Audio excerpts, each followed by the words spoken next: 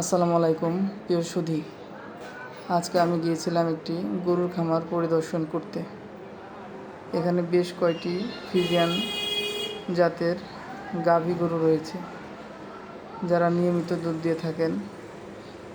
এখানে দুধের পরিমাণ দৈনিক 80 থেকে 100 লিটার ওঠানামা করে।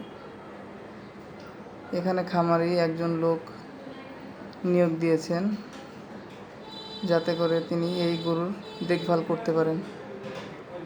সাথে সাথে উনি একজন লোকের কর্মসংস্থান এখানে করে দিয়েছেন। দেখেন, প্রথমে এই গরুগুলো উনি নিয়ে আসছিলেন 2টা গরু, সেখান থেকে আজকে তার খামার ভরে গেছে। খামারটা ছোট হলেও অনেক সুন্দর এবং পরিপাটি করে সাজানো। আপনারা চাইলে এরকম একটি সুন্দর ছোট খামার নিজের বাড়িতে দিতে পারেন।